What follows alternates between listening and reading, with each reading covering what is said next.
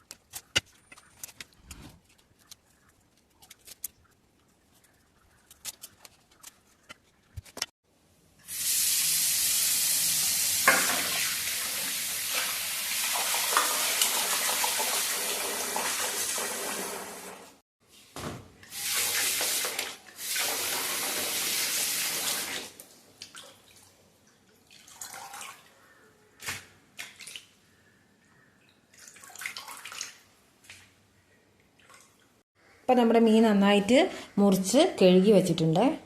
ഇനി നമ്മൾ കറി അരക്കാം. അതിലേക്ക് നമ്മൾ കുടംപുളിയാണ് കേട്ടോ ഉപയോഗിക്കുന്നത്. കുടംപുളി ഇട്ട് ഇനി മുളക് പൊടി, മഞ്ഞൾപ്പൊടി, മല്ലിപ്പൊടി, ഉപ്പ് ഇട്ട് കൊടുക്കാം കേട്ടോ.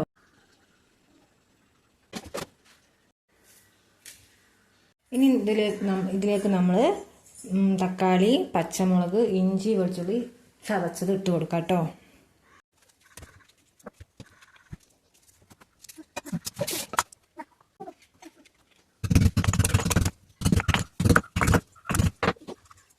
ഇനി നമുക്കിതിലേക്ക് പാകത്തിന് വെള്ളം ഒഴിച്ചു കൊടുക്കാം കേട്ടോ.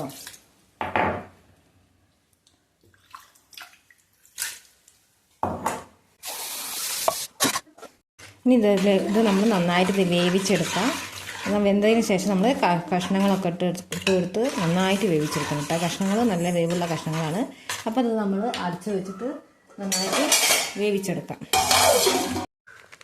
അപ്പോൾ നമ്മുടെ കറി നന്നായിട്ട് പതച്ചിട്ടുണ്ട്. ഇതിലേക്ക് നമ്മൾ കഷ്ണങ്ങൾ ഇട്ട് കൊടുക്കാം കേട്ടോ. അപ്പോൾ നമ്മുടെ കറി ഇതാ ഇവിടെ ആയിട്ടുണ്ട് കേട്ടോ. ഇനി നമ്മളിത് ഇറക്കി വെക്കാൻ പോവുകയാണ്. നമുക്ക് കുറച്ച് കരിവേപ്പില ഇട്ട് കൊടുക്കാം. ഇതിലേക്ക് നമ്മൾ ചെറിയുള്ളിയാണ് മൂപ്പിച്ച് ചേർക്കാൻ പോകുന്നത് കേട്ടോ.